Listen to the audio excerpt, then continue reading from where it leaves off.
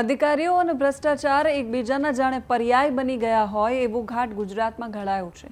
સિસ્ટમના પાયાને ખોતરીને ખાઈ રહેલા અધિકારીઓનું પેટ છે કે પટારો એ સમજાતું નથી. લાંચ લેતા પકડાયા હોય અધિકારીઓ એવા સમાચારો સિવાયની કેટલીય ઘટનાઓ તમારી આજુબાજુમાં બનતી હશે, તમારી સાથે બનતી હશે, એ ચર્ચામાં નથી આવતી. આજે વાત કરવી છે ખુદ ભારતીય જનતા પાર્ટીના સાંસદ ફરી એકવાર સ્વીકારી રહ્યા છે કે અધિકારીઓ લાંચ લે છે. રાજકોટના સાંસદે અધિકારીને ફોન કર્યો અને પછી રૂપિયા પાછા અપાવ્યા વેપારીને. શું છે આખી ઘટના, એના વિશે વાત કરીશું. નમસ્કાર, આપની સાથે હું સેજલ.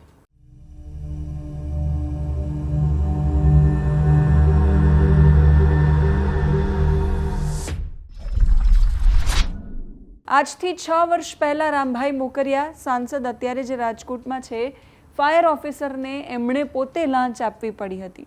જે વખતે રાજકોટમાં ટીઆરપી અગ્નિકાંડ થયું ત્યારે એમણે પોતે આ વાતનો સ્વીકાર અને ખુલાસો કર્યો હતો કે મારો પ્લાન પાસ નહોતો થતો. સર્વે નંબર 105માં ભાજપ કાર્યાલય પાસે એમણે 27,000 વાર્ડમાં બિલ્ડિંગનો પ્લાન મૂક્યો હતો. આ જમીન બિનખેતી થયેલી હતી, જેમાં રેસિડેન્શિયલ અથવા કોમર્શિયલ પ્રોજેક્ટ થઈ શકે. પહેલાં એપાર્ટમેન્ટનું એનઓસી નહોતું, પછી એમણે આપી દીધું. ફાયર શાખાના એનઓસી માટે ફાયર ઓફિસર ઠેબાને 70,000 રૂપિયા એમણે એ સમયે આપ્યા હતા. એ વખતે એ સાંસદ નહોતા. મહાનગરપાલિકામાં કોણ પૈસા નથી લેતું, આવો એમણે ત્યારે સવાલ કર્યો હતો. કલેક્ટરમાં કોણ નથી લેતું, બધાનો ત્રાસ છે, આ વિવાદ પણ એમણે કરી હતી. આ ઘટનાના વર્ષો પછી જ્યારે એ સૌથી મોટી દુર્ઘટના રાજકોટની અંદર બની, એ ઘટના પછી એ વિશ્વાસ એ અધિકારીઓએ અપાવવો જોઈએ રાજકોટની જનતાએ કે ફરી એકવાર એ સિસ્ટમના પાયા જે હલી ગયા છે એને સાવ કોરીને અમે નહીં ખાઈ જઈએ. પણ આ ઘટનાના આટલા વર્ષો પછી, આટલા અવાજો ઉપડ્યા પછી પણ સ્થિતિ નથી બદલાઈ. આજે તો રામ મોકરિયા સાંસદ છે. હવે જે ઘટનાની વાત કરવાની છે એમાં બન્યું એવું છે કે એમના એક પરિચિત વેપારીએ રામભાઈને ફોન કર્યો કે તોલમાપ વિભાગવાળા આવ્યા છે અને ચેકિંગ કરી રહ્યા છે. ચેકિંગ કરે છે એમાં વાંધો નથી, પણ હેરાનગતિ કરી રહ્યા છે. એટલે રામભાઈએ પરિચિત વેપારીને કહ્યું કે તોલમાપ વિભાગના અધિકારીને ફોન આપો. બંસીલાલ ચૌહાણ એ અધિકારીનું નામ, એમની સાથે રામ મોકરિયાએ વાત કરી અને કહ્યું કે જે ધોરણસરનો દંડ થાય એ લઈ લો, પણ હેરાનગતિ ન કરો. જો કે 10 મિનિટ પછી ફરી વેપારીનો ફોન આવ્યો કે 12,000 રૂપિયાનો દંડ ફટકાર્યો છે અને 25,000 રૂપિયા વધારાના લઈ ગયા છે. પછી રામ મોકરિયાએ એ અધિકારી બંસીલાલને પણ ફોન કર્યો. અધિકારીએ તરત પૈસા પાછા આપ્યા અને સાહેબને કહ્યું કે મારી ભૂલ થઈ ગઈ છે. આમ તો અધિકારીઓ કેટલા લોકોને હેરાન પરેશાન કરતા હશે. આ તો સાંસદે ફોન કર્યો એટલે અધિકારીએ પૈસા પાછા આપવા પડ્યા અને ભૂલ સમજાણી. બીજા કેટલા બધા લોકો એવા હશે કે જેની પાસેથી પૈસા લીધા હશે અને આજ સુધી એને એની ભૂલ નહીં સમજાઈ હોય. એનું શું? આ લોકો જ્યારે વર્ષોની મહેનત પછી અધિકારી બનતા હશે તો શું એમના માથા પર એ જવાબદારી નથી આવતી કે એવી સિસ્ટમનું નિર્માણ કરે જેનાથી નાગરિકોનું કલ્યાણ થાય, નહીં કે એ નાગરિકોને લૂંટ્યા કરે. પણ કદાચ વર્ષોની મહેનતમાં એ લોકો ભ્રષ્ટાચાર કેમ કરવો એ જ શીખતા હશે, નહીતર આવી રીતે સિસ્ટમને કોરી ન ખાય. રામ મોકરિયા જનતાને શું અપીલ કરી રહ્યા છે એ સાંભળો. ગઈકાલે લગભગ 5 વાગ્યાની આજુબાજુ એક વેપારી કારખાનેદાર હતા, સામાજિક અગ્રણી, એનો મારી ઉપર ફોન આવ્યો કે મારે ત્યાં કોઈ સરકારી અધિકારી આવ્યા છે અને મારી ફેક્ટરીમાં કંઈક ચેક કરે છે અને હેરાનગતિ છે, મુશ્કેલી છે, જરા તમે મને મદદ કરો.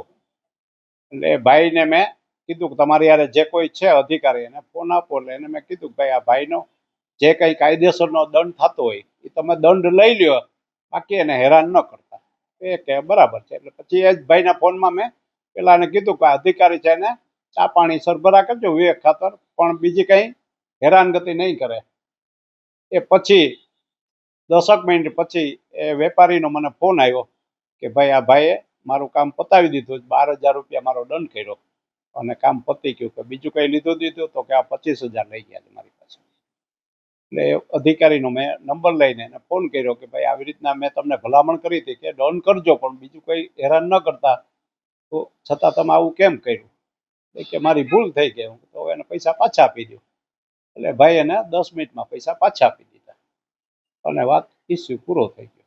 મારે તો આપના માધ્યમથી, મીડિયાના માધ્યમથી કહેવાનું છે કે રાજકોટ ખાતે અથવા ક્યાંય કોઈ સરકારી અધિકારી કચેરીમાં કોઈ ખોટી હેરાનગતિ અથવા કામ ટળે ચડાવે અને તમારી પાસે કોઈ રૂશ્વત માગે તો એના માટે એની ફરિયાદ કરો એસીબીમાં, અથવા તો અમારી પાસે કોઈ રજૂઆત આવશે તો અમે એનું સોલ્યુશન કાઢશું.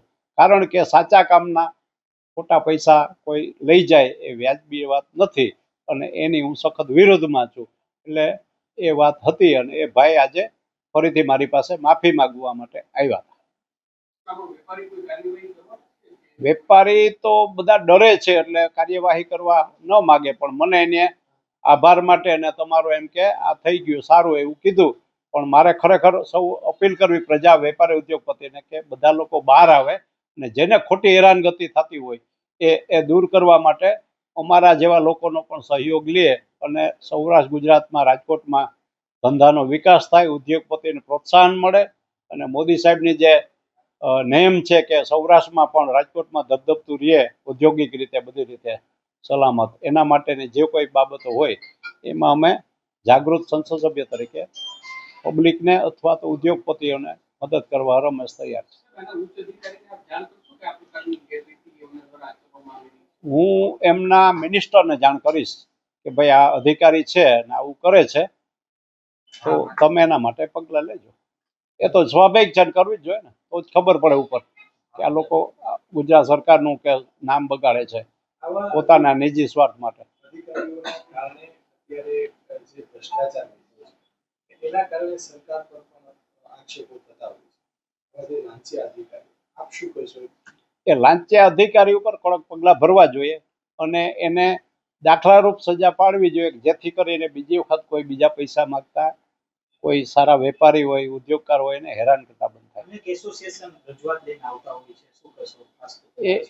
એસોસિએશન વાળા જે રજૂઆત આવે છે, માનો જીબી વાળા બીજા કોઈ આવે તો એને અમે ન્યાય આપીએ જે તે ખાતાના ઉચ્ચ અધિકારીને અથવા તો લગતા વખતા મંત્રીશ્રીઓને અમે જાણ કરતા હોય એના પ્રશ્નનું સોલ્યુશન થતું હોય છે. રામભાઈ, તમે બીજા સાંસદ છો, પહેલા મનસુખભાઈ વસાવાએ પણ આવા આક્ષેપો કર્યા છે. ભ્રષ્ટાચાર વારંવાર અધિકારીઓ કરે છે, અધિકારીઓ સાંસદોનું નેતાનું માનતા નથી. હવે આ બીજી વાર આ પ્રકારની ઘટના, તમે તો રૂબરૂ આ પકડી છે આવી ઘટના, એટલે ભ્રષ્ટાચાર થઈ રહ્યો છે એવું ક્યાંક માનો છો તમે?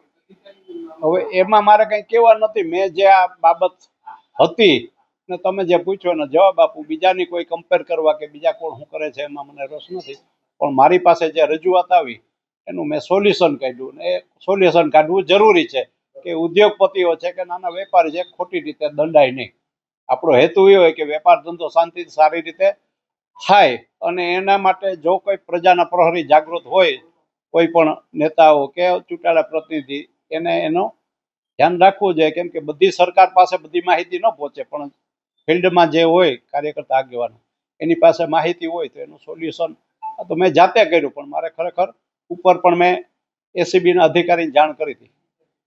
રામભાઈ, તમને અત્યારે મળવા માટે આવ્યા. શું આ અધિકારી સરળ વાત તો તમે એમને શું કીધું? પહેલા ઓલું અધિકારી તો એ મને ફોન આવ્યો હતો કે હું તમને મળવા માંગુ, કે 11 વાગ્યા પછી આવજો ઓફિસમાં. એટલે આવ્યા ને તમે આવ્યા એટલે એ ભાગી ગયા. નામ તો ખબર નથી, પણ એ તોલમાપના કે એવા કોઈ ખાતા હતું. અપેક્ષા રાખીએ કે આટલી બધી ઘટનાઓ પછી પણ આવા અધિકારીઓ સુધરે અને સિસ્ટમના પાયા જે મૂળ હલી ગયા છે એ મૂળ સોતી સિસ્ટમ આખી બદલાય અને વ્યવસ્થા જેવું કંઈક નામ, જે વ્યવસ્થા જેને આપણે કહીએ છીએ એવું જ નાગરિકોના કલ્યાણ માટે કામ કરે એવી વ્યવસ્થા ફરી એકવાર સ્થપાય.